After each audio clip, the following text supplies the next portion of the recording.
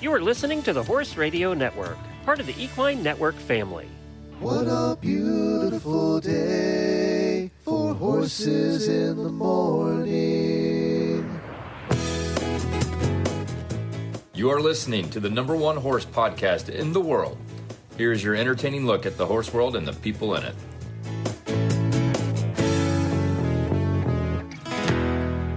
Well, I'm Glenn the Geek, coming to you from the studio in Ocala, Florida. Oh, you're back at home. I'm Jamie Jennings in Norman, Oklahoma. You're listening to Horses in the Morning on the Horse Radio Network for Friday, May 24th, episode 3439, brought to you today by Kentucky Performance Products. Good morning, Horse World. It's Friday, and another weekend of riding is a few short hours away. Jamie and Glenn are here to help you make it through the day with some fun guests and some really bad ads. Enjoy the show. We have a fun show planned for you. I was going to tell you, I just read that number of 3439, and I listened to this podcast called Smartless, and they just the one I heard, they were like, we have 200 episodes. Oh my God. And they celebrated 200. I'm like, yeah. Let us know when you grow up. Yeah. It's a pretty cool podcast, but I was like, oh, you got 200. That's cute. Do you know how many make it to 200? Very few. Yeah. Very few. Probably 1% make it to 200. Well, Jason Bateman, Will Arnett, and Sean Hayes did. Congratulations on 200. They're kind of a big deal. They're important, but whatever. They have a few more listeners than us. I do know that. Yeah. They are winning that. Yeah. Anna's going to join us today from the Western States Horse Expo to tell us all about this year's event. We get a lot of crap for not covering West Coast things. So here we go. We're going to cover something on the West Coast. We have a lot of listeners out there too. I'm going to share a recipe for cheddar cheese soup, and I'm going to tell you why I love this recipe and where I fell in love with it and how it's a direct copy of a very famous one. If it's anything to do with melted cheese, I'm in. What, are you currently eating cheese? You've been off and on cheese for over the years during your vegan states. I've learned, Glenn, that first of all, I'm just happiest when I have cheese. And also the thing all I need in life is a combination of three things. Bread, and you cheese, can add and more. booze. Bread, cheese, and tomatoes is the meal, and the booze is after. I mean, that's not food. So yeah, bread, cheese, and tomatoes in any form. You can throw spinach or arugula in there. You can make something healthy out of it, but pretty much those three things. So if I can add bread to the soup, dip it into, oh my God, I'm excited for the recipe. Yeah, garlic bread's really good with I'm it. sure you probably have some toxic thing like bacon in it, but we'll leave it out. Well, we can probably figure that out because yes, there is. Really bad ads also today. We have a bunch of good bad ads. Hey, we're going to do a post show. We don't have no idea what we're talking about there. I wanted to do a follow-up on Wednesday's weird news. Remind us, we had a thong story on Wednesday. Yes, that sounds weird, but we did. It was a post on Reddit that a woman made, and went viral. She's 26 years old. She's a veterinarian. It's her first day on the job. And a woman brought in a really sick puppy, and they took an x-ray, and they realized it had something in its intestines. It had eaten something it wasn't supposed to. So what they did was they did surgery on it. They opened it up, took it out. Turns out it was a thong. So they come out when the owners come in to pick the dog up. They're like, look at what we found. And it's a thong. And the wife was like, I don't wear thongs. So turns out the husband is outed for having an affair. The woman he's having an affair with left the thong at home. How do you forget your underwear? She was wanting him to be caught. That's a whole different story. Anyway, I just came up with that now. So left the thong. The dog ate it. Surgery was performed. Came out. Oh my God, my husband's having an affair, and they're now getting divorced. And we thought, wow, that's the first time we ever heard that one. It's never happened before. We were wrong. So our auditors, a bunch of them work for veterinarians. Or are veterinarians. You want me to read you a couple that they posted? So my first year internship at the veterinary school, I too pulled out a thong from a puppy, heroically showed the offending object to the owners and family at the front desk. Upon seeing the color drain from the wife's face upon showing her the green lacy number, she replies, I don't wear thongs. Apparently neither her husband nor her sons did either. Uh-oh. That sounds like the same exact I story. know. When I was 16 years old and working for a vet, I was the one who proudly showed the owners a pair of pantyhose the dog had eaten, Oh, God. and the vet had just removed from the dog. Same thing. The wife went pale, the husband went red. They were not her pantyhose. Oh! So this is a common thing. This is just another one. My in-laws had a dog who had a taste for undies and washcloths. There were times my husband or father-in-law had to help him because one was stuck on the way out. That dog definitely had surgery at least 3 times. My sister-in-law lost many a thong to that dog. Pick up your stuff. This is a common thing, apparently. We didn't know. We were out of the loop on dogs eating thongs. Let's just think to ourselves, okay, what can we do here? All right, take your underwear. When you take it off, walk it on over to the hamper. Yes. Just drop Get a the hamper. puppy in there. If you don't have one, get one. Yeah. They're real cheap at Walmart. But some dogs will get into anything. You know that. Do the Bassets eat weird stuff? You know, I mean, to be fair, like they have like their bones that they eat that I buy, like these $9 million bones that come from whatever. And anyway, they eat those, but like I feel like Homer's just a little too unmotivated. I was just going to say they're too lazy to go after anything It's else. just like, hey guys, all right, I'm gonna take a nap now. I'm really tired from sleeping so much. Well, and he is the official mascot of the baseball team. He has that responsibility, which is He tiring. I mean, Loves going to the baseball games, and he so gets petted by everybody, I bet. yeah, everybody loves him. He's a ambassador for dogs for sure. But I will tell you the one thing he did this past. So on Monday we had talked. Was I going to go to the baseball game or was I going to go Where'd to you the go? kids program? Went to the game. I Turns figured. out the coach who we don't like wasn't going to be there, so Chad got to be the head coach. So it was like no brainer, right? So I take Homer and we get out of the car and I know we haven't done Daily Whinnies yet. We'll get to it. And so we're walking into the game. And there's like a billion people. Like everybody in the town of Norman either goes to soccer or baseball. And Nothing else to do. Yeah, there's nothing else to do. So everybody's at the baseball field, and Homer, and he's on a leash, and he just pulls me, and I go leaping forward, and because he sees kids, and he just loves kids, and he sees this little girl, and he just runs up to this little girl, and she's like, "Puppy," and he just goes right past her, Oh, like, no. right past her, and grabs a stuffed animal out of her backpack and just Oh, no. and she's like, "My puppy." And I'm like, oh my God, I'm so sorry. And so I grab it out of his mouth, and it's like, of course, gooey. And I'm like, I go to hand it back to her, and she looks at me and she goes, "He can have it." I was like, "I'm so sorry." And she was probably like 5. She was like, "No, it's okay. He can have it. He loves it." And then I go to the parents, and I was like, "Hi, my dog just like stole your daughter's puppy out of her backpack, and she's saying we can have it. And I just want to double check." And the dad was like, "Take it. We have enough." Please. And the mom's like, "Oh, she's sharing. That's so sweet." And the dad's like, "Just take it and go." She's so sick of tripping over toys at home. There's just stuffed animals everywhere. And she had like a backpack with like 12, but he picked the one that looked just like him. I will post a picture of him with it later because it does. It looks like a tiny mini Homer that he just saw and beelined for. And she thought he was running up to him. And he's like, "Nope, bye." And he got right in her bag. And that is not the first time he has shown up here with stuffed animals. He came walking up to the house with a giant, remember the That's giant right. bear? Did we ever when- figure out where those came from? The bear? Never.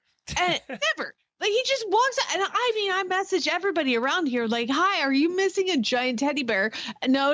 I've never seen it before. And then 2 days later, he shows up at the house with a Pokemon, like the yellow Pikachu thing. And I was like, well, guess he captured a Pokemon.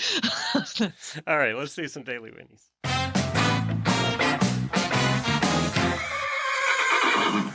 There's no Auditor birthdays this weekend, surprisingly. So I did want to give my Daily Whinnie. We haven't really talked about this since the weekend at the award ceremony. Well, you for were HP. a little yourself sad. I mean, it's fine. I wasn't actually. It was fine. But I was up for the Equine Visionary Award, and thank God I didn't win it because my plane was canceled the first day, didn't get into the second day, and I would have missed the awards.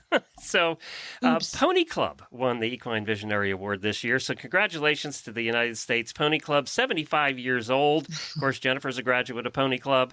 And when I first met Jennifer, she was actually still involved in helping out the Pony Club. So, and I know everybody over there. So congratulations If you to would them. have beat the Pony Club, they would have come and kicked you in the shin, like all those girls with their ponies. I know. So, and they are older than me. So, congratulations. They're one of the very few things that's older than me, but congratulations to them.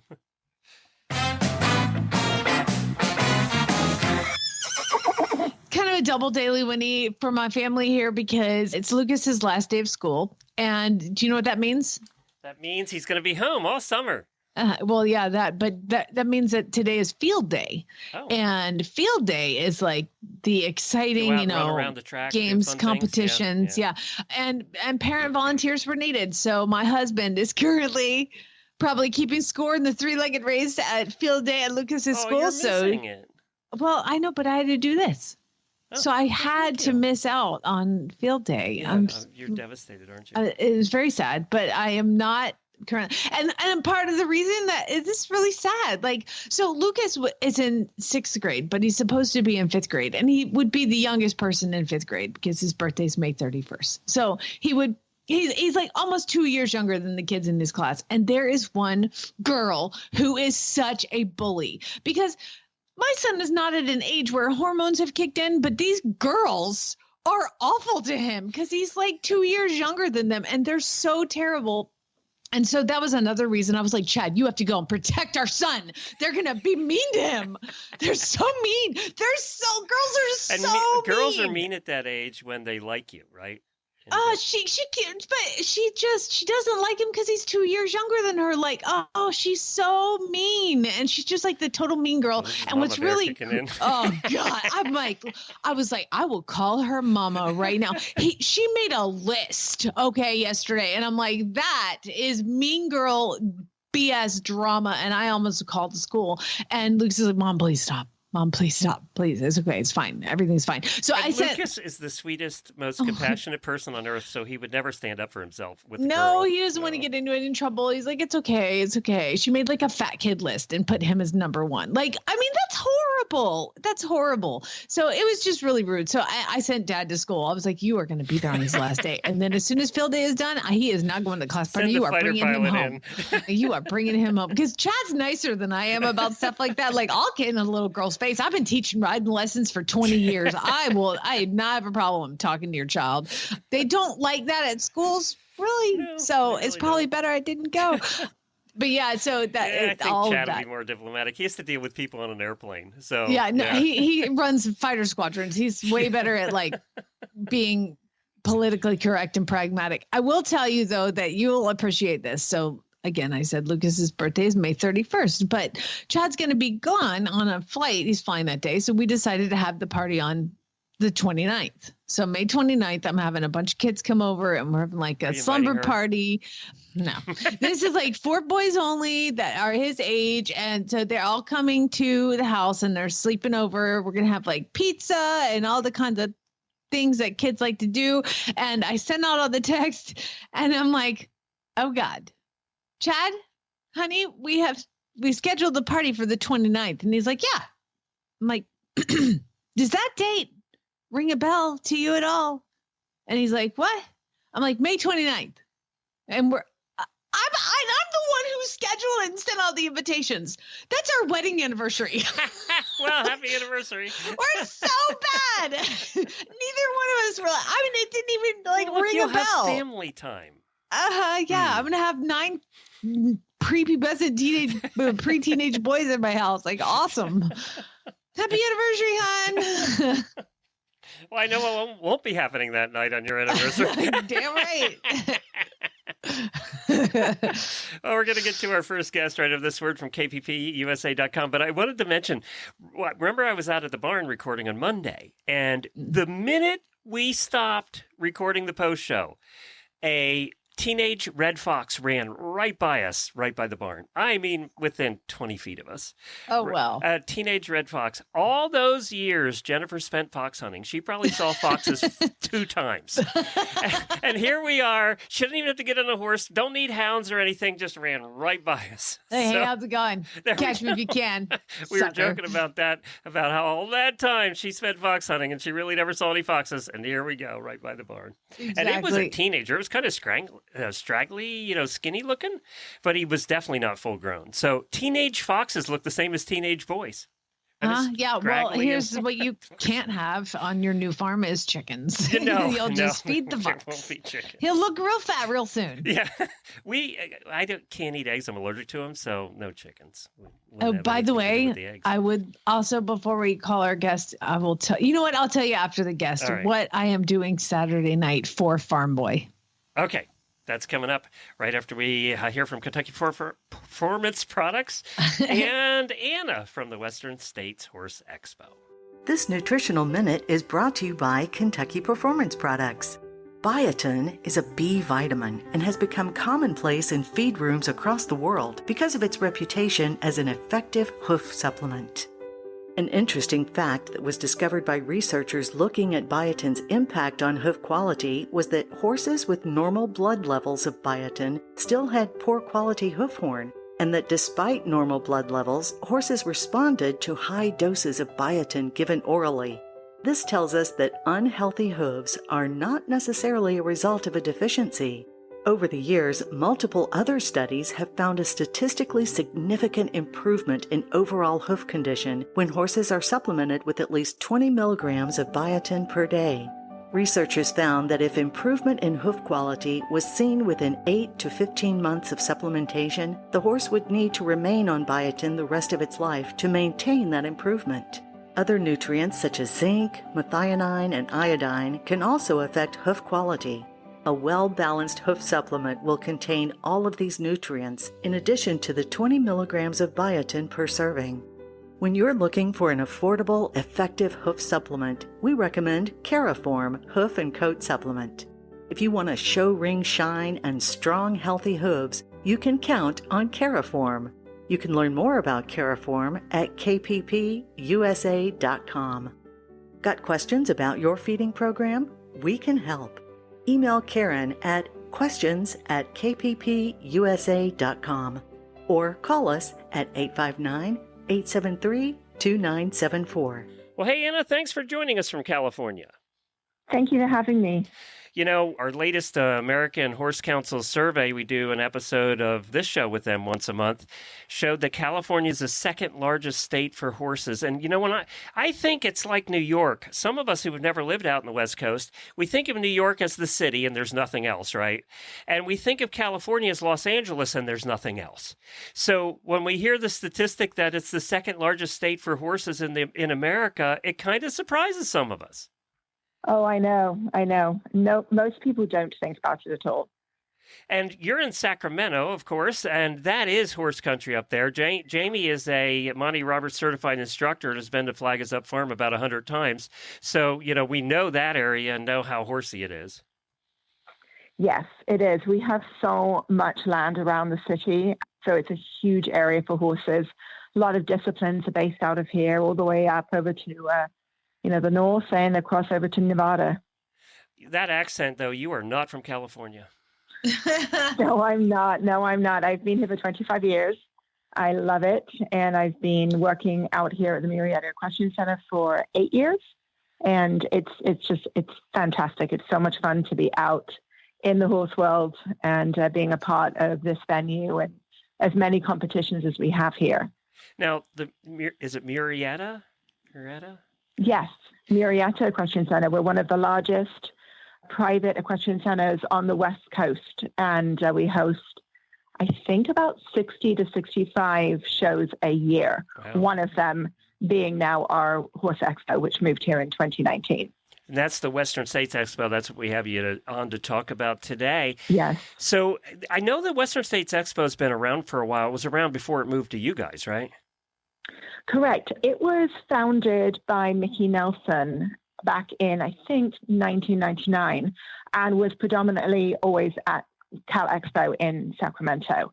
In 2019, she made the decision to move it out here to our facility so that it could become more connected to the horse world. Cal Expo is a great facility, great for the vendors, great for the expo side, but not as horse friendly. And that's where we came into the picture, was the fact that we do have 18 arenas and, 1,000 stalls on the property. Wow. We are able to really grow the event and bring it back to being horse-centered while celebrating all things about the horse and the horse community.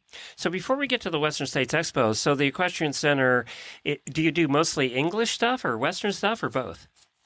We do both. Yeah, we do both. We have a cutting arena. Actually, we have 2 cutting arenas and cattle facilities. So actually right now, we are a dual facility. We have a cutting horse show in the back, and we have show jumping up on the main area of the facility. We have reining shows, all breed Western shows, hunter jumper, dressage, breed shows from Arabians, saddlebreds, walking horses. I mean, the majority of disciplines we can take care of here. We just don't have an eventing complex anymore, and we don't have barrel racing and majority of the rodeo disciplines. We're not able to accommodate them because of the size that they need. And I was looking at pictures of your place, and it is pretty. I mean, it is pretty. Yes, yeah. It is. We're very lucky, very green, lots of grazing areas, tree-lined driveways. It's very centered. So we've got a cafe in the center. All the arenas kind of span out around that. So even though it's big, you don't really feel that you're too far removed from anything that's happening. Cool. All right, so let's talk about the Western States Expo. That's coming up June 7th through the 9th. And you guys do a lot. I mean, it is an expo, right? You have clinicians and you have breed horses, breeds there, yeah, and all that stuff. But you also do something called the main event. Can you tell us about that? Yeah, the main event, this is our first year producing the main event. And that is our evening event taking place on Saturday, June 8th, starts at 6:30. We wanted to create something that was separate from the expo. A lot of people, full day here, maybe they don't want to get that deeply involved in a discipline to watch a clinician teaching, and maybe they're not going to come for the shopping, but they would like to come out and just enjoy horses and watch what we can do with them. And so we put on an evening event that will be on 6:30 is when it starts on Saturday, and that will feature some of our top performers that we have coming for the weekend. Dan James, Brendan Weiss, the bridle show jumper, Kaylee Marie. We have our kind of unique 36 ride drill horse performance, which stems from the American Ride competition that we have here going for 3 days. There'll be the parade of breeds. We'll have I never pronounce it correctly, a La Garacha pas de deux, and then also dressage freestyles, a working equitation, charity speed off. We have so many fun things happening during it that it's really just a fun evening to celebrate the horse and to just connect and see something that most people will never get to see. I was looking at the lineup, and most of them we've had on the show. Actually, some of them recently, like Brendan Weiss has been on the show recently. Kaylee Marie is a good friend of ours. Dan James, I just sat with his wife last week for an hour talking to her in Lexington. Yeah. So, just the whole Warwick Schiller's coming, all that kind of. I just love you have the best of the best coming, that's for sure. We do. And I think that we officially bought the event last year. So this is our first year, 2024. With the Myriad Equestrian Center actually making the event what we want for the community. And that was 2 things. Our owner, Carol Anderson Ward, is very, very focused on education. We have a foundation here called the West Coast Equine Foundation, and that is all about education and furthering the horse and human bond. And that connection, we have scholarships supporting children and youth going off into college. So it's very much tied to education, which is actually how we became involved with Expo years and years ago when we went there as a vendor ourselves from the nonprofit side. And so when Carol made the decision to make this an MEC event, she wanted the education. She wanted that to be really what we pushed out. And so that's really what we've tried to do. I mean, we have, dauntingly, 14 areas running for 3 days with educational elements. We have a couple of arenas that we've called immersive arenas. These are where, let's say dressage is your discipline. And normally you might get one clinician that's a dressage clinician. Well, for 3 days at Expo, you've got all things dressage in one arena. We have horsemanship. We've got mountain trail. We've got ranch trail clinics. We've got the hunter jumper from the judge's perspective, trying to help the competitive rider who may be out there competing in mountain trail, ranch, dressage. I think we've got some in reining too, who really want to know, what does the judge want to see? Like, am I riding it right? Yes, but am I performing it for their eyes and that ultimate score? So we've tried to create something that's not only so much fun, so much energy, the opportunity to drive a Clydesdale and, go out and meet the hounds from the local, from the fox hunting group coming over from Nevada, but to actually also be able to really learn for your sport. And then also for all the people that come who just enjoy horses, to learn and take it to go back when they're actually working their horses at home and they're in arenas. So we've wanted to grow this. And that's just a great idea. To reach so many more. I don't know of any other expo that does what you said, where it's all immersive, like this arena's dressage. By the way, as an event organizer in the past, this sounds like a logistical nightmare, but more power to you guys. It is. It's coming together really well. We are very excited, but I agree with you. We aren't going to be the biggest expo in the country when it comes to vendors. We're not.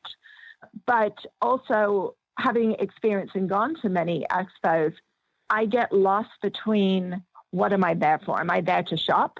Am I there to try to learn for my sport? Or am I just there because I love the horse? That's a good point. You're right about that, because you go and you end up doing all three of them not very well. Mm-hmm. Or, well, shopping. I don't know one horse person right. that doesn't do shopping very well. They all do shopping. Absolutely. Yeah. Show us some tack and we're going to buy it, because even if we didn't need it, the new one's pretty. That's right. So yes.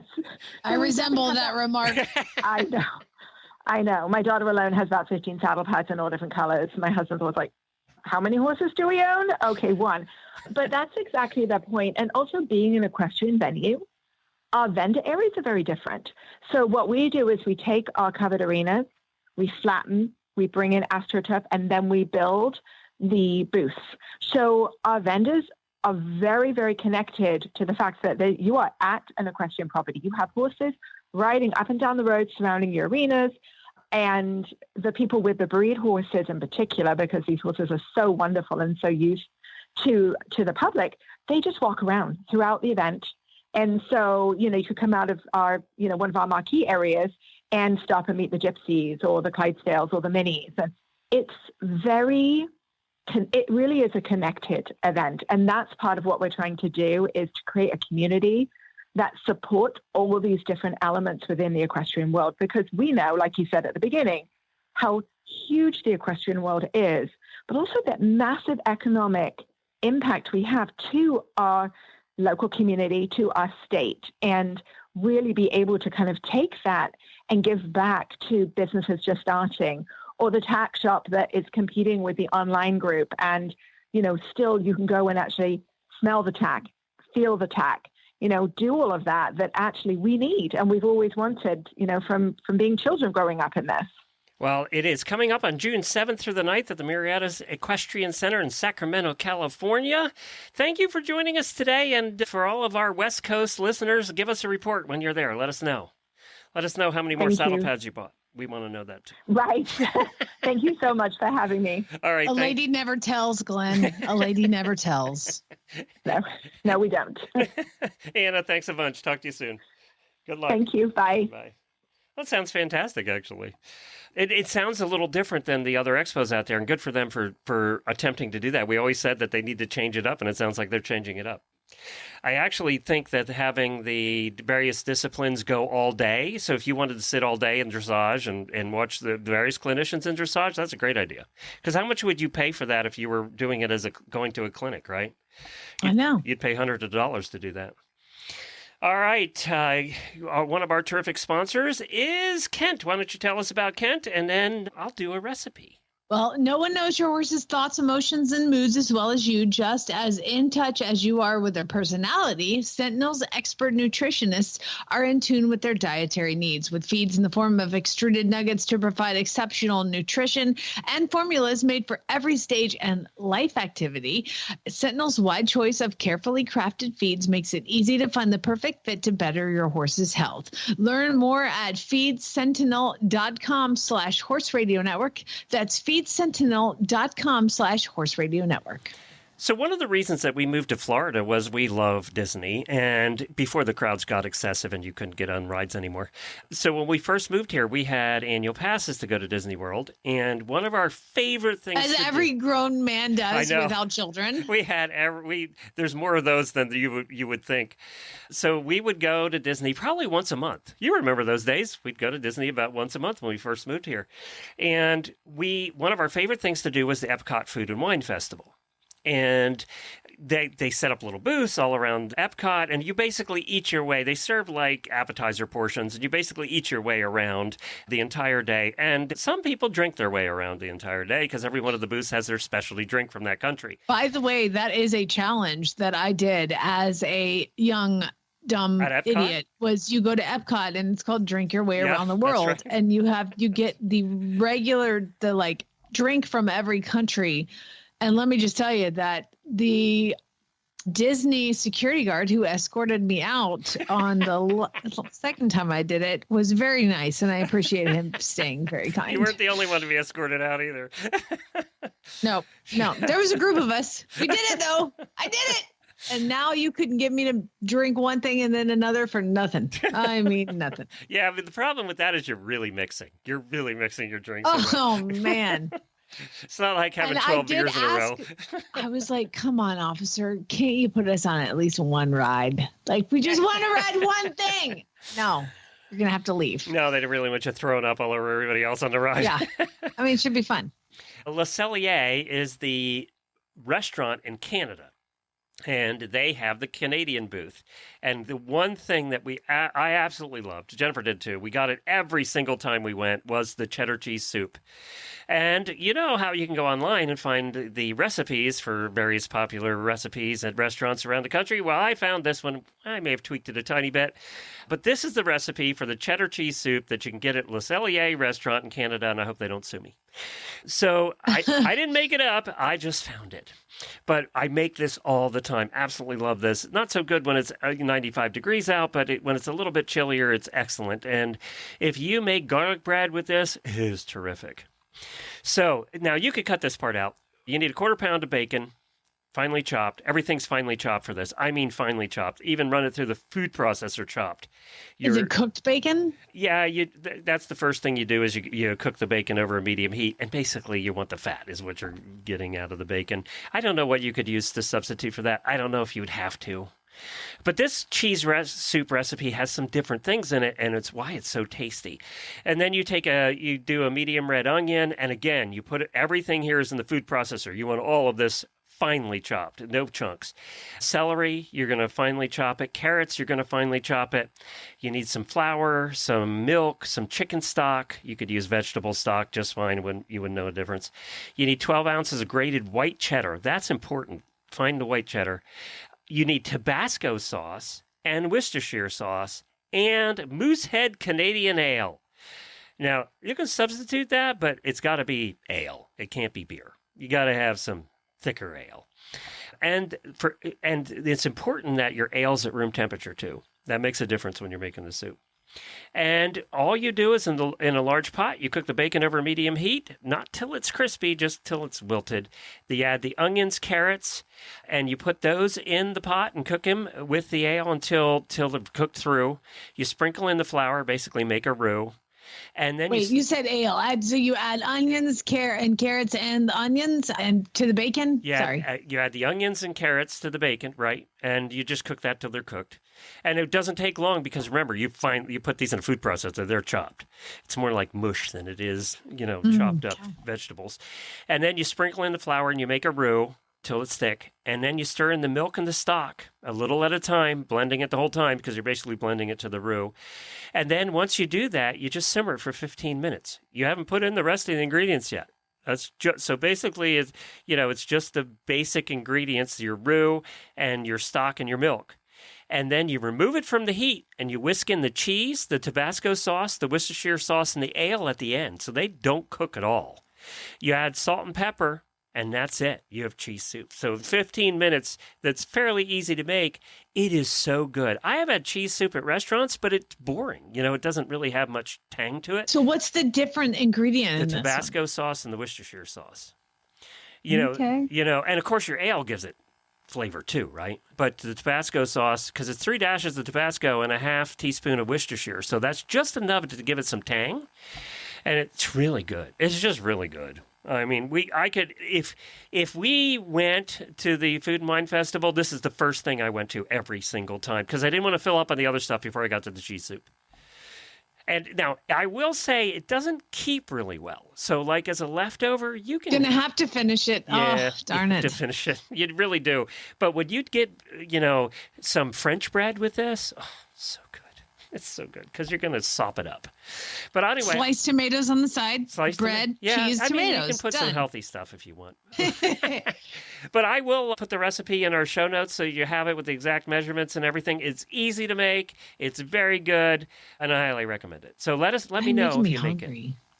Yeah, and this is something you could have because I don't think, I think that the bacon just adds salt basically to the mix. My brother introduced me to this thing, and I'm pretty sure it's little granules of poison, but it is like meatless bacon bits. What's in it? And soy, like everything else? Poison, like I said, but MSG. I was like, he puts it, you say all MSG. He puts them on top of a salad, and I was like, no. That's kind of good, but there's no bacon in it. So I don't know what it was. Yeah, I don't know either. I think without the bacon, you might have to put some oil in to make sure your onions and carrots don't burn. You're going to have to use oil of some kind when you get it started, but you could very easily do that. Well, that's it. That's my recipe for this week. And now it's your turn. You have to do the next recipe again. Or have you run out of things that you I've actually gotten cook? really, really, really talented at cooking. I made a keto cilantro chicken last night. Yeah. You want me to tell you how I did it? Like, it's real quick. Like with real chicken?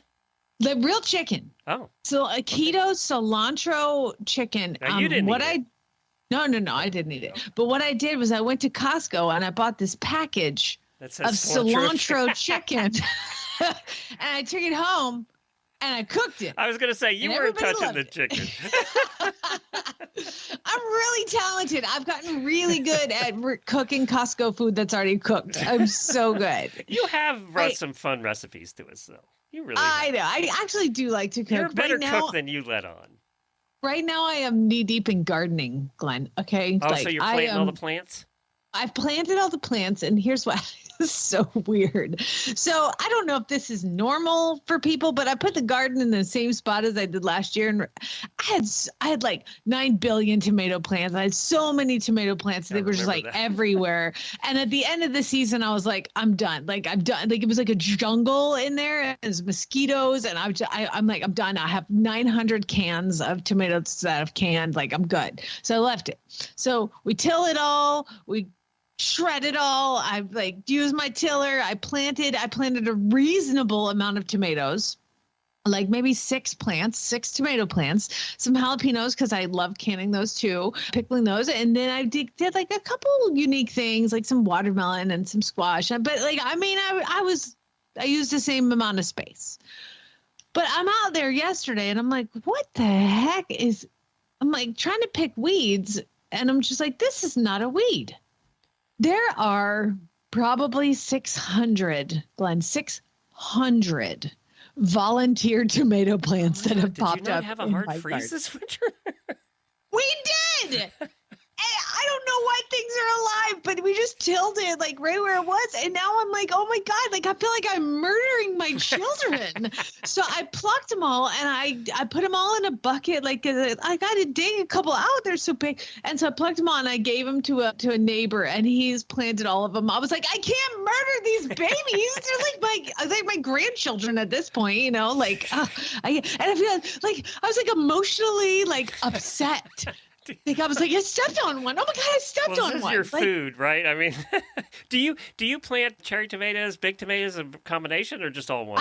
I did all of them last year, all of them. And there's this variety called the Homely Homer. And I had to get in on that. They're just giant, weird looking With big tomatoes.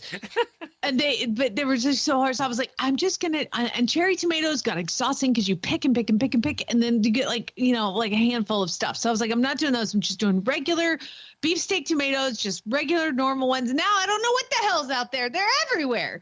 They're just popping up that's like weed. I was like, that's not a weed. That's a tomato plant. And then I was like, I'm so proud of myself. So for planting like a reasonable amount. So what I did was I dug a hole and I put like 20 plants that I picked because they're like only a hand tall.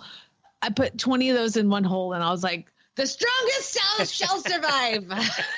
Do you know what we discovered we have at the farm? We didn't know. We left some patches of woods that we didn't clear, right? Because we kind of wanted the rustic look as opposed to the lawn look. So we're all these little patches of woods. Every patch of wood out there has at least 20 black raspberries. And they're growing. There's raspberries all over them. But just don't eat things off a bush before you certify that it's not poison. I ate some the other day. I haven't died. And they were good. And then the other thing what could possibly go wrong? We have wild blueberries everywhere. And the problem with the blueberries is they are so tiny that you can barely see them. They're really tiny blueberries, but the raspberries are normal size. The ones that get big enough get eaten by birds. So just be careful out there. Buddy. Get one of those plant ID apps. I have an app. It's called, and I've been using this in every plant out there. It's called Picture This. The app is called Picture This. You take a picture of the plant and it tells you exactly what the plant is and everything about it. Now, is that one of the ones that, like, if you have a wilting house plant, it'll tell you, like, add coffee, yes, Yes. If you do the paid version of this, which I did because it was so good at telling me what everything was, it's like $30. So it's a great app. It's called Picture This. And all I was doing is taking pictures of leaves, and it brings up everything, where it grows, how you take care, all of it. Now, make sure that this is not charging you $30 a month, because there's one that almost got me. Oh, really? No, this one was a year. I'm pretty sure. 30 a year. Keep an eye on it. Yeah, all right. Double check, buddy. Hey, I was going to tell you before we get to really bad ads, what I'm doing for Farm Boy this weekend. Remember, y'all, Farm Boy left me. He left me. He just left for the summer, like trying to grow up. He will be back in the fall. Somewhere in the middle of nowhere, Texas. Okay. Because he's in oil and gas, right? Where it's not hot during the summer at all. Oh, he's going to be so miserable. He's going to miss me so much. Oh. Okay. So Farm Boy had lived on campus, but lived in this place where he had a fairly big backyard. And if you know Farm Boy at all, he's a hustler. Like, he is always trying to turn a profit at anything. Okay. Like, he has this current horse, and I was like, we're not selling it. You're keeping this horse. I don't want you to adopt this horse thinking you're going to make money on this horse. Like, yeah, you made, $600 on your last one, but we're not doing that this time. Okay. You're just going to have the horse because you want it and you like it. And he was like, fine. And I see his wheels turn all the time. I'm like, stop it. Not selling this horse. So all this being said, he decided, because he's like, whatever it is, he's like, how can I make a business out of that? So he decided that he wanted to invest in meat rabbits. That's right. I said meat rabbits. How much of a demand is there for? I don't know, Glenn, but we have a mutual friend who used to be in the meat rabbit kind of thing. And he talked to that person, and they decided to set up like some sort of like rabbitry. Okay. And is that a word? When I went to his house for his graduation party, there's a hutch outside the backyard with a ton of rabbits in it. Like, these are rabbits, and they don't really they're cute, but they're like kind of feral. Like, he didn't like teach them to be friends. Yes. At the frat house, there's a rabbitry outside, a rabbit hutch with all these freaking rabbits. Well, you don't want to make friends with your meat rabbit. I know. And I'm like, he's like, yeah, don't do that. He's like, that's why he never wanted you to meet the meat rabbits. He's like, I'm leaving in a week. They're all about to be meat rabbitified. And I'm like, that's the worst thing I've ever heard. So 3 days maybe before he's leaving, I'm like, hey, what are you doing with those rabbits? He's like, I butchered 2 of them. Like, himself. Like, he's like outside, at the fraternity. Yes, he butchered 2 rabbits in his backyard, and I was like, "That's horrible." Only in And he was like- Oklahoma is that allowed. He's like, "Yeah, it's too much work. I'm not going to do it anymore." And I was like, "Okay, so How many rabbits what does are he you have left? gonna do with the rest of them?" He started, Glenn, with 2 rabbits, Uh-huh. and now there's 22. That's what rabbits do. I was like, "Did you not plan for this, Barrett? Like, what are you doing? You can't have." So We're gonna have to Said it. revoke his name, Farm Boy, because he doesn't get it. he is farm boy. That's the problem. Is he tries to be too farm boy, and he gets himself in a pickle because now he's got 22 freaking rabbits, and he left. So, but not before setting up with formerly aforementioned rabbitry expert and myself, freaking taking 22 rabbits to the chicken auction Oh no, on you Saturday have to go to the nights. chicken auction. We're going to the chicken auction, and we're auctioning off his damn rabbits How because much do you he's get like, for a meat rabbit? "We'll find out." I don't know, Glenn. I don't It's know. gonna kill you because you know the people buying them are gonna eat them. I'm probably gonna buy all the damn things and get them free. He asked the wrong person. He's not gonna see any profit from this.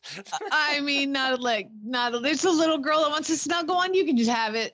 You can have it. Cheers. Although they're probably not very friendly. They haven't been touched. No, they're not. They saw me coming. I was like, "Bunnies!" And they're like, "Screw you!" Chomp, And they like run to the back of the cage. Don't want anything to do with Well, me. they can bite your finger too. Yeah, they're. So you have to collect them. How do you just bring the whole crate?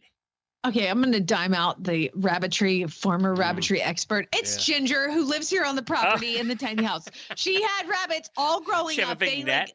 They were like farm people. Like, I mean, she's from an Oklahoma farm where they like raised birds and She has butchered rabbits before. Yes, she knows all that thing. I call her my second husband because like if there's something dead, I'm like, "Ginger, go get it. There's a dead chicken. I need you to get it." And so she does. Like she's like a farm person. Like she farms and stuff. But now she lives here with me, and there's really not much of farm. So she's assisting farm boy and becoming a farm boy. And so I'm like, "This is your fault. You're handling this. I'll go with you, but you're doing it. I'm not having anything to do with these dang rabbits." So Ginger and I are loading up 22 rabbits this afternoon and taking them to the auction, which happens tonight. You're welcome. Wear gloves, thick leather gloves. I told her, I'm like, "Dude, I'm not doing nothing. I'll drive." That's it. You're just going to throw them all in the back of the horse trailer? Let them wander She around. does. She has like hutches and rabbitry type things that she has. I mean, they like literally like she grew up eating rabbits. I mean, that's like, it's Oklahoma, baby. I mean, this is and here is me, this vegetarian of 37 years who just cannot emotionally handle all of this. And I'm like, "You butcher," but I look at him different after that. But like, this is a thing, meet your meat, like I get it. Like you want to know where stuff comes from. It came from Barrett's backyard. There you go. I looked it up. I thought you were making up rabbitry, but it is a word. Yeah, I know. It's because I heard it 9 billion times this year. A place where domestic rabbits are kept in the backyard of a fraternity. It says it right here. Well, here's to Farm Boy making some money and paying Ginger back and for all her time. And then I'm getting gas money out of the deal. Okay. Like I'm not driving for free. Plus some new chickens on Saturday night. Actually, they have some baby Muscovy ducks. Oh, there you go. There we are. They need them. First thing Monday morning, we will get the chicken auction report straight out of Oklahoma. Well, do you know that they don't just auction off chickens at the chicken auction, even though it's called the Chicken Coop Auction Barn? They actually auction off. They don't do horses, which is the reason I go. They quit doing dogs. They were selling puppies. It was like the worst, so they quit doing that. But now all they do is they do chickens and goats. And this week, there's going to be at least a dozen boa constrictors that are up for auction. Also, llamas. What? Llamas. They have llamas that they're selling as well. So it's just you're going to come up with a llama. And you should know the people that run this auction. I mean, think Oklahoma. They're all wearing overalls, but it's like not a fashion choice. It's just a way of life, All right, let's do some bad ads. I say pay attention. If you ain't met one by now, you're bound to sooner or later. He says one thing and he means another, but hey, he can't help it. He's a horse trader. Horse trading. Well, it's a laissez-faire. Let the buyer beware. Horse trading. They tell a low-down lie with a sincere stare. Horse trading. Well, if they're talking in circles and the deal ain't square, he's a master in the fine art of persuading. Horse trading. I did want to mention that we actually won't be here on Monday because it is Memorial Day, so our best to all the veterans out there and families who have lost somebody in the line of duty. We'll be thinking about you. We'll be back on Wednesday, so I did want to mention that. It's time for Really Bad Ads. That time of the week when we listeners submit ads, we just have a little bit of fun with them from Facebook or Craigslist, and we read them and have some fun. I don't have a brilliant, higher-end Southern accent like Debbie, but I'll do the best I can. I mean, you can't beat that. But I we can't have even do that prizes. We give away prizes every month, and our prizes this month are provided by HorseLovers.com, home to over 120,000 horse products for you, your horse, and your barn. That's HorseLovers.com. And this month, we have a Back on Track Aurora Impact Half Pad. The Back on Track Aurora Impact Half Pad combines shock absorption. I cannot say that word. Aurora is hard to say, too. I know. With the Welltex technology that Back on Track is known for, it's made from lightweight material that molds the horse's back for a perfect fit. And that is awesome. a $90 value. What else do we have? And then the other one is something we all need right now. It's the Gatsby Cool Mesh Fly Sheet with the neck cover. Because, I feel like fly sheets, what's the point? It's if it doesn't have a neck cover. The cool lightweight mesh fly rug does a great job of providing the horse with an effective barrier to flies and bugs while still allowing airflow. It's lightweight, it's reflective, it helps against sun bleaching. So that is an $80 value as well. It has all the UV stuff. It's a good month to submit a really bad ad if you haven't done it yet. And we have a lot of people that did.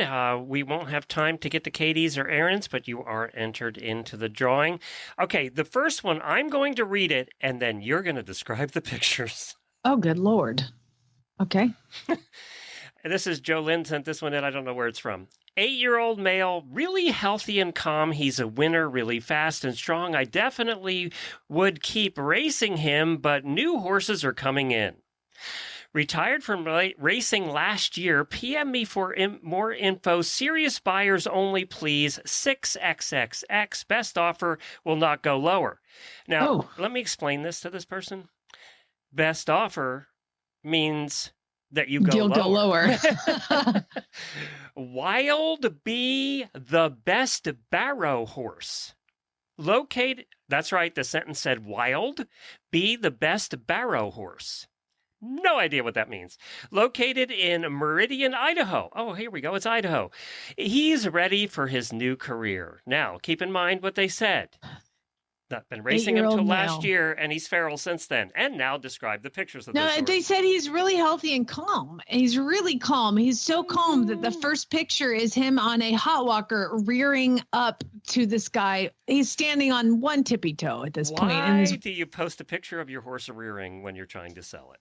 As really calm. Now, the second picture is also him on the same hot walker pulling back, dead, pulling back like a mule. Pulling back like a mule. The third picture is of him in a stall, and he is tied to the wall. Now, not just tied to the wall, literally his face is to the wall. There's no room, no nothing. I need this horse, but I cannot pay $6,000 for an off the track. People see, here's what people don't realize. When the horse is a racehorse, they have a very substantial value.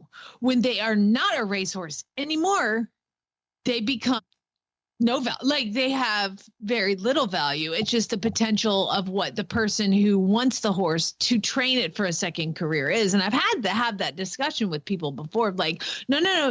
Just because he was $15,000 claimer doesn't mean he's a $15,000 horse. $500 horse now. Now that because he doesn't know anything besides that. So you have to retrain. Anyway, good luck getting your $6,000. We'll take best offers, but just don't offer any lower than $6,000. But remember, he's going to be a great barrow horse. He's wild. Yes, Wild.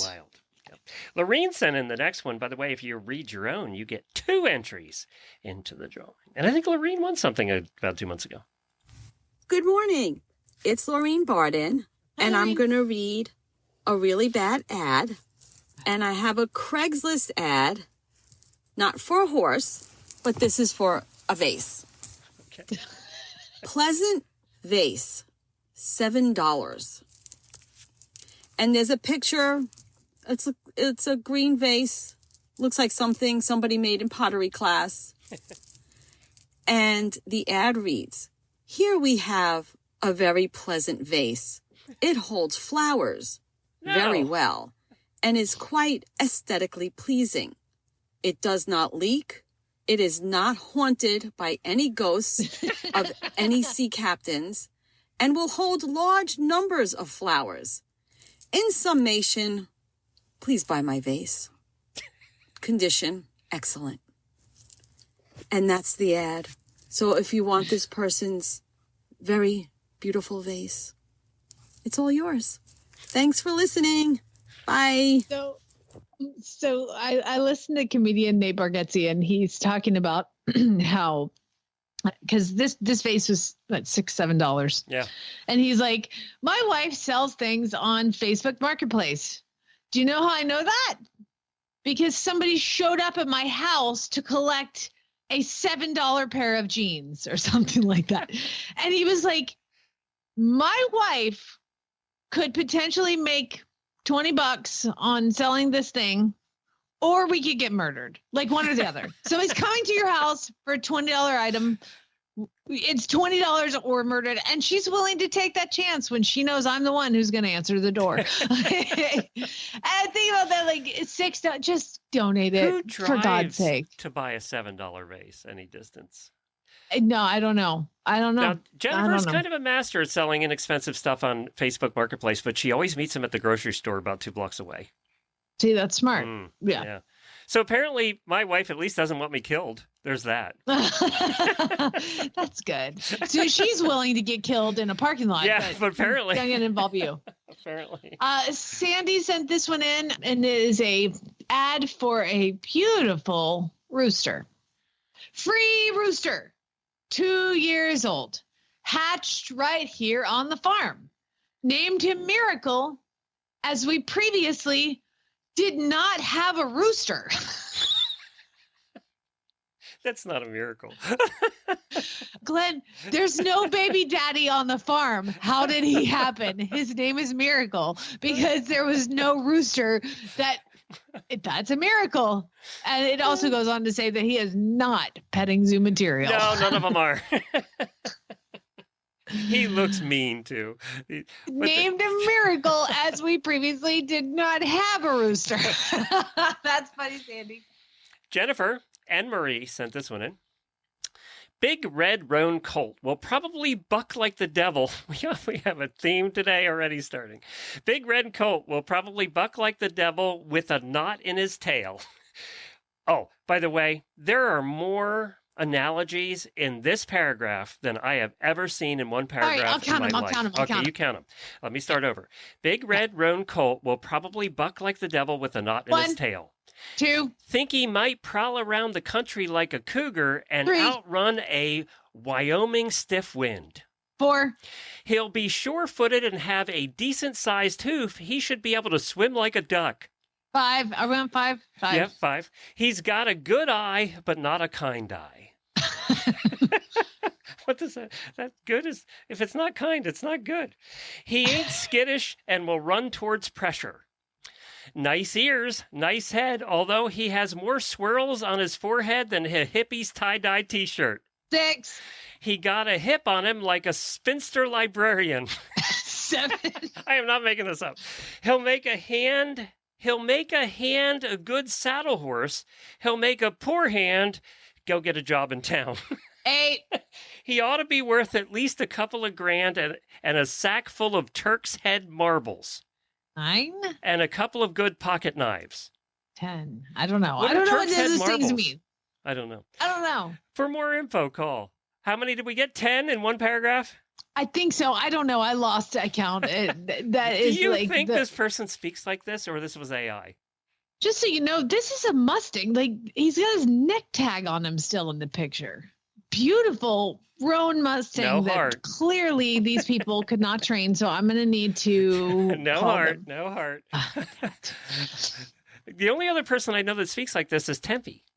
You know? Oh my God, it is Templeton Thompson. She's selling the horse. This He would have might probably prowl been around the funny country read in like a Southern cougar. accent, actually. He'll run off like a Wyoming stiff wind. Oh my God, you missed your chance. All right, well, Chloe sent the next one in, and this is a double horse float, which is what they call a horse trailer over in anywhere else and not U.S. All right, so double horse float. This is $50. That's the right price. Yeah. It's not. It's not a double horse float at all. Double horse float description. Double horse float frame. You have to make it. You have make it for storage or anything good solid. Base and metal. Length 5.5 weight. Blah blah blah. Pick up. Yeah, you can't pick this thing up. It'll fall apart. It's a piece of garbage. It's basically a box. It doesn't even have wheels. This is the first one that doesn't have any wheels or axles. It's just sitting on the ground. It's just it looks like box like one of those just an old metal box sitting on the ground. Like back of a choo-choo train kind of thing. It will fall apart on the way home. So maybe just burn it and give the fire company some practice. That might be a better plan, I think. I'm glad to see there's bad ads in other countries. That makes me happy. I know. Yeah. Makes me feel better. Yeah. Steph sent this one in. Grade quarter horse, 16 to 18 years old. She needs work. Someone that knows how to train her would be great for her. You can put a saddle on her, but when you get a half on, she bolts. She leads good, stands for my farrier, which is the most misspelled word we have had in the 14 years we've been doing this. Everybody spells it Ferrier. I suck at English. I suck at spelling. Ask Jamie. I know how to spell Farrier. That's thoroughbred. You get that one wrong. I get thoroughbred wrong. I have to look it up every time I spell it. I just put TB now. I don't even bother. She leads good, stands for my farrier, depending on how she feels. Your horse is not trained. Like, that's we have pretty a theme. much. Bucking and bolting today is the theme. Yes. Yeah. Here we go. Oh, this is another word that's misspelled all the time. Like, not even just in really bad ads, just all the time. Roxana sent this one in. This filly has sat on the back burner, no fault of her own. She's ready to start. Lounges for farrier loads. What? She lounges for farrier loads? So lunges, nobody can spell lunges. I don't think I even know how to spell lunges because I've seen it every single way. But this is lounges for farrier loads. This one got and farrier right, though. Yeah, they did spell farrier right. Yeah. Congratulations. Well, I do love the fact that, they've got pictures of the papers of the quarter horse. Some of these names are great. And you know how I love me some quarter horse names. So I'm just going to go through the lineage real quick. This sorrel mare is named Guy's, all one word, Guy's Real Frosty Breeze. And the only way that you could tie that to the parents' names is the mare's name, the mama's name is Real Fancy Deal. So the only real. They came up with Guy's Frosty Breeze all on their own. Well, oh, wait. I don't know the sire. The daddy. Hold on. High on Guy's perks. What? That's not a name. By the way, her granddaddy is Gambler's Dashing Bug. And Grandma on the other side was Not a Bad Deal. That's the horse's name, is Not a Bad Deal. Stupid. These quarter horse names are the best. Guys, Real Frosty Breeze, Noodle, Nip Tuck, whatever. Just ridiculous. Ridiculous. For cash.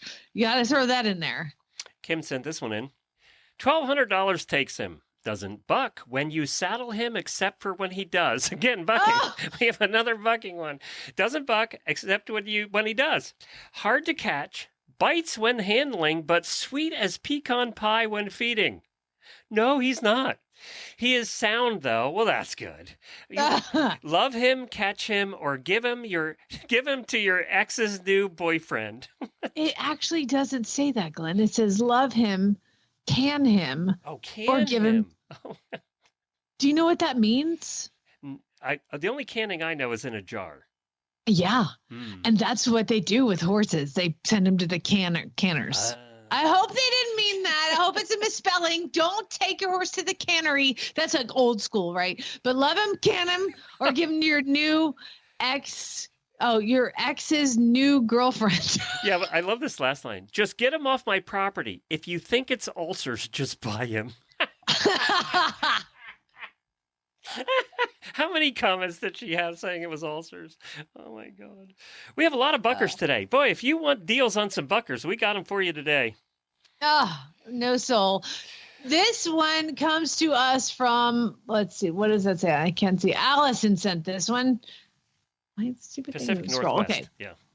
And Allison, this is the Pacific Northwest Horses and Tack Facebook page, but it's P&W Horses and Tack. Hi, group. I'm looking for a quarter horse broad mare near Yakima. I do like That's broad it. mares, though. I do. I think that's all there is. I have a broad gelding. Why not have a broad mare? I don't even know what a broad mare. Yeah, there you go. Are you looking for a bred mare a brood mare? I don't know. Yeah, fruit broad. Yeah, they're close. Amy sent this one in and she read it. So let's hear what Amy has to say. This is Amy Walrath with another really bad ad. This is from the Best of Craigslist. Pain in the beep, mini donkey. Precarious 7-year-old with a penchant for opening gates. Army crawling under fences and walking up to the neighbors at ungodly hours. Loves to be groomed by everyone, but the one that feeds him. Demands a king's ransom in the finest hay, only to pee all over everything that might hit the ground. Enjoys regular visits from the vet and farrier, as he routinely causes such a fuss that I need to reschedule. Thoroughly loves to chase and maim dogs and other furry critters. Gets along well with pasture mates. That can outmaneuver his back hooves. Trailers well. Probably. Gelded, though would happily do again. Potential homes will be thoroughly screened for video cameras so I can make a clean getaway. Gelded would do it again. All right, that's it for this week. Thank you so much for sending in your ads. You had a good batch this week. We appreciate it. Remember, if you read them, you get double the entries. But if you read them in an accent that is not your own, triple. We're going to call it a week. We'll be seeing you back here. We'll have a show for you on Tuesday. Jamie and I will be back on Wednesday. I'll report to the chicken rabbit auction. Yes, I can't wait to hear full what that's report. like. Ooh, it's going to be packed. Your prices will be high because it's a Memorial Day weekend. And the cool thing is they're expecting severe weather on Saturday, so that should be fun. Oh, yeah. You'll get blown away at the auction. Good. That's fun. I'm going to die with all my closest Oklahoma friends. Why don't I think they have an emergency shelter at the auction? I feel like they don't. So, and I feel like if they did, it would be small, and you wouldn't want to be in there with that particular group. It'd be yeah, I'll take my chances. I'm good. We'll ride it out. Yep, get in your Dodge Ram and run away. Spay, neuter, geld. Everybody have a great weekend.